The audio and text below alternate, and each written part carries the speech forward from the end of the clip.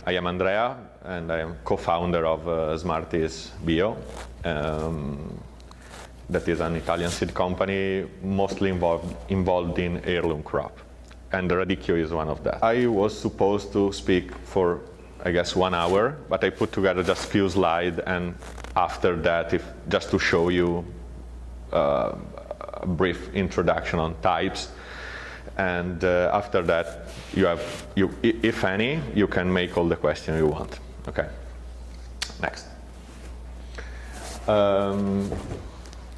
Okay, let's go through a brief classification of the cultivated leaf and root chicories. The genus is always the same, and the genus and species. I'm sorry. So it's Chicorium intybus. We have root chicory. We have 4 groups, let's say. So we have root chicory, forage chicory, the wheatloaf or Belgian endive, and the leaf chicory. That to this group belongs all the Italian cultivated chicories. Next. Going more deeply in the botanical classification, we have Chicorium intybus, subspecies intybus, and then we have variety. That is botanical, again, classification of the variety as we call them when we plant the plants. So we have variety foliosum, that traditionally includes all the cultivar whose commercial products are leaves. So we have wheatloaf, again the Belgian endive, sugarloaf, Catalogne, dandelion, and radicchio. And all these are 4, again, different sub-classifications with the variety foliosum, porphyrium, silvestre, and latifolium. And then we have a different group that is the variety sativum, that includes all the types whose commercial products are destined to industrial transformation. And this is the root. And well, for inulin extraction, for the drugs industry, or I don't know, for example, to get roasted, you can get a coffee substitute, but without caffeine. So it's useful for people that can't consume or don't want to consume caffeine. Next, please. Okay. And just to contextualize, I want to show you what is the supposed phylogenesis of chicory. So as Andrea in the previous presentation said, there was a general, let's say, Chicorium intybus called Rosso di Treviso, that was something different from the Tardivo and the Precoce belonging to the Treviso type we know nowadays. Probably something coming from the wild plants. And by mass selection, we obtained 3 of the most important types we know nowadays. The oldest is the Rosso di Treviso Tardivo, that need to be forced.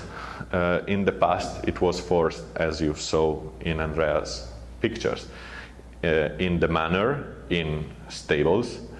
And then, as in that area, they have free rising water at warm temperature, because it comes from the ground. They started forcing in water, and with excellent results. But it's as many of you know, it's a very long process, and cost a lot in terms of time and consequently of money, you know. So just by mass selection, they went to select the plants that were more heading in the field, and they got the Treviso Precoce. One more time, in another area, the Verona area, through the same process, but choosing the more egg-shaped plant, so shorter, they got the Rosso di Verona, always by mass selection from Treviso Tardivo. You can see that, and this is a very important part, looking at the midrib that is very net and thin. We don't know if by chance or thanks to the action of somebody, there was a cross with escarole. They are different species but same genus, and they can intercross easily. I would say that it's more.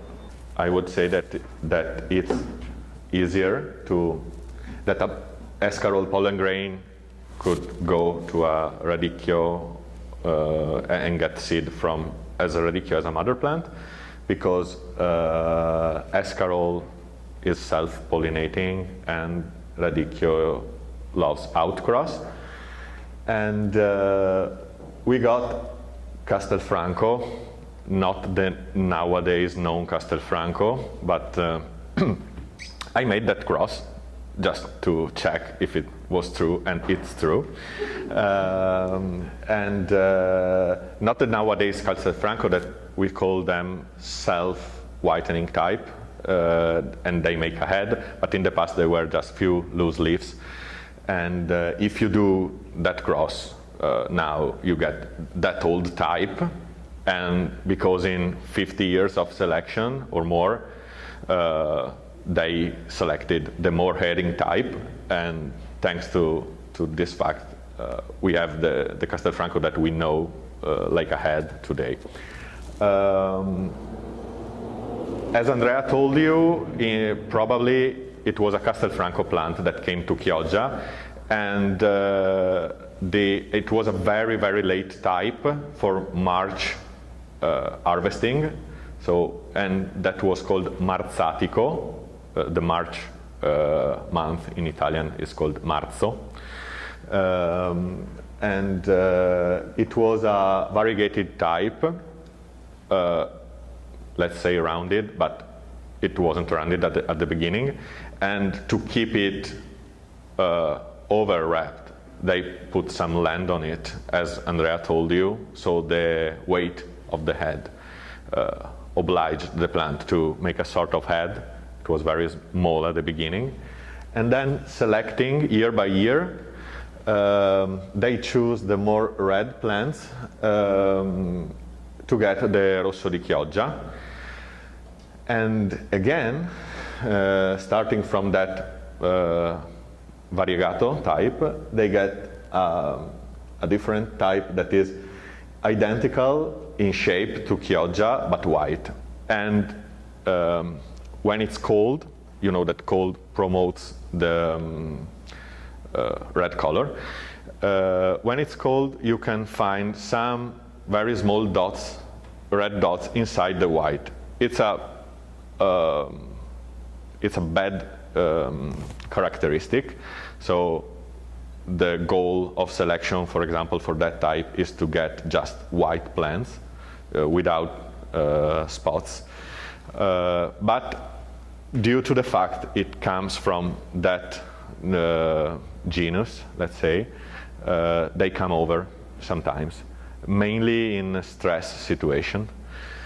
And, well, I do like the bianco, the white. Can you hold it a little closer? Here. Oh. Great. I do like the bianco because it has the taste of radicchio and can be used as sugar loaf as well. That is not so tasty, in my opinion. So, good alternative to sugar loaf. Okay, next. Thank you. I already told about both.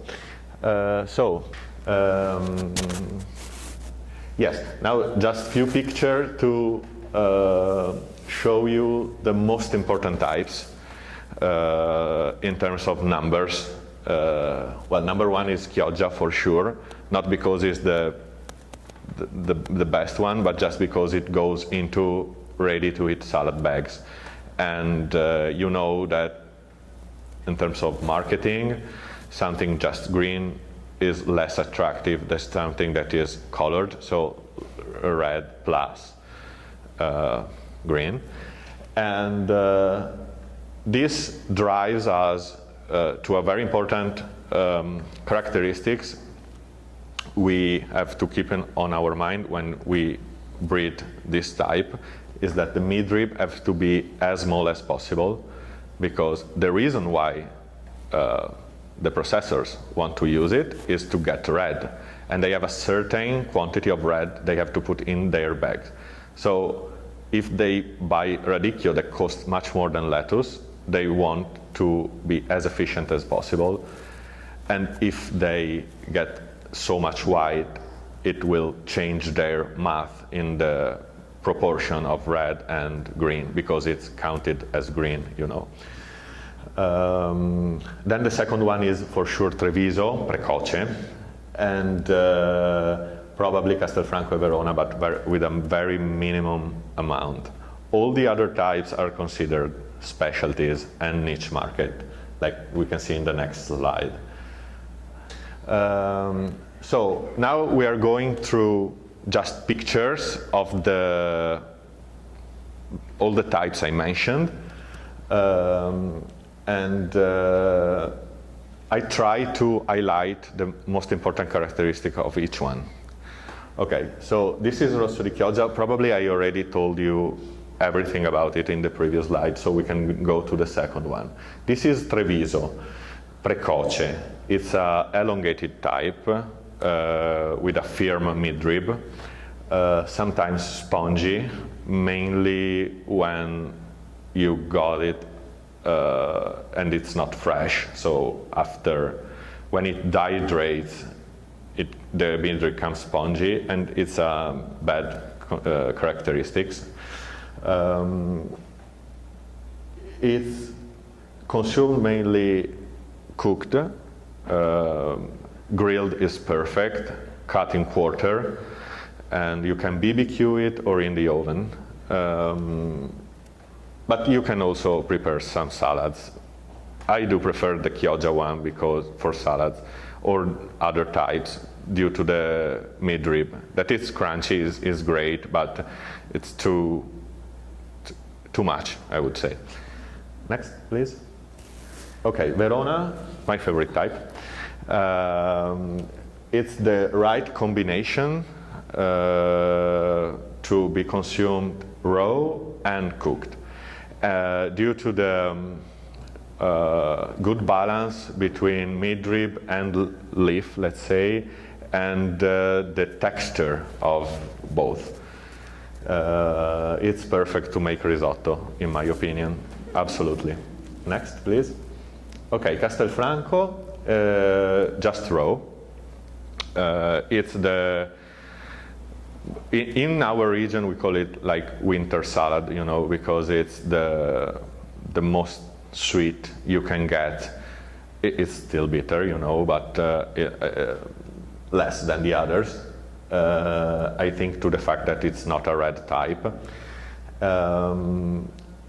Please open it when you sell it, because you have to show how beautiful it is inside. So there's no way to find it closed like a head in Italy. Just open by hand, day by day, even at the grocery. So there are people at the grocery that know how to do that and open it. In the past, there were no heading type. Now we have heading type. We have to open it. It doesn't need any forcing. In the past, it needed forcing to get white and creamy yellow. But a very important thing when we make selection and breeding for this type is to, getting ahead, but maintain the ability to be opened. They're negative related, because as much it ties up, less you can open it. Okay, next please. Okay, Lusia. Probably it has a similar story to Castelfranco. It's more heading, and the leaf is less thick, so it's a little bit tough to grow it without experiencing any internal burn or things like that. The great thing is that it's much easier to get super early variety of this type rather than in Castelfranco. So if you are a variegato producer, you can start the season with the super early Lusia and open it like in the corner picture, pretending it's a Castelfranco. Okay, don't pretend it's a Castelfranco, let's say it's a variegato, but you can open it. In Italy, all the Castelfranco producers start their season 1 month in advance with Lusia. Okay. Again, one of the sweetest and to be consumed raw. Next, please. Okay, Sugarloaf. I put this slide just because I had to, but I don't really like this type. It's just for processing. Sometimes I see sold as fresh produce, but no, it's just for processing, just to fill the bags with something green, with no taste, and very cheap. So yeah, that's the purpose why Sugarloaf is bred for. Yes, next please. This is what you should use as white compound, thanks to the excellent flavor it has. It tastes like Radicchio, milder, of course, because it's white, and you can both cook it, you can boil and saute with garlic, like beet, the leaf of the beet or Catalonia, or put them together, and just amazing. Just amazing. Okay, next please. Okay, this was the slide I thought I had previously, I'm sorry. These are specialties, very small market, but nice. So the first one on the left, on top, is Rosa di Gorizia, or Rosa Isontina, or Goriziana. There are some trademarks, so difficult to say how to call it without getting in trouble with law, but these three names are correct and identify that type. It's a forcing type, different way from Treviso. In the Treviso area they grow it and they force in rising water, but traditionally it was forced in sawdust.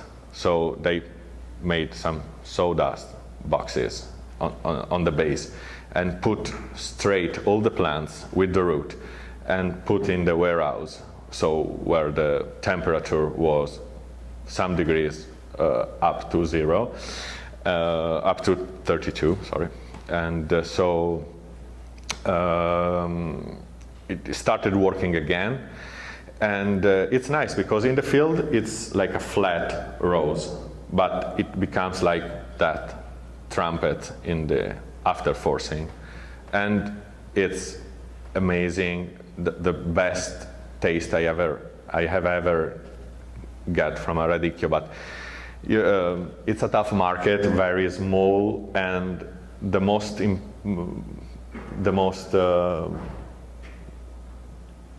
how to say, the most good plants are the smallest, so they have a prime market for 30 grams head, and the second choice is still nothing, so 60 grams, but yeah, it's just amazing. Then we have the Variegato di Chioggia, the one that led us to the Rosso and Bianco. And it's interesting because it's a super, super late type, maintaining the first characteristic it had when it came from Chioggia, from Castelfranco to Chioggia. And it's nice because it's something you can keep in the field until March, when almost no other crops are available. Tardivo is forcing type, one of the best one, for sure. Then we have Puntarelle. This is Puntarelle di Galatina, comes from Puglia region, so southern east part of Italy.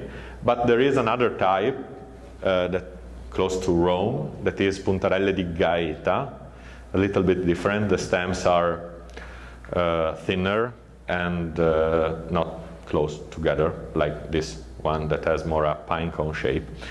The nice thing is that it's very tough to grow this radicchio because it's a sort of the cauliflower of chicories. As the commercial product in this case are not leaves, but they are stems. So it's like a controlled bolting. It starts bolting like in cauliflower, but then it stops. And bolting is affected by latitude, temperature, daylight time, many things. So it's the less flexible type existing. So yeah, if you are doing some good job with that guy, good job. Then we have Catalonia, just for leaves, so regular Catalonia, but you can consume leaves as well from the Puntarelle, always boiled and sauté again. And then we have pink, probably it's from a mutation, so dilution of red from Verona, or again a mutation from the Mantovana type, that is a minor type from Mantova region. It's a white type. I guess we are almost done. Okay. There's just the last slide, I guess. Okay, thank you. Okay.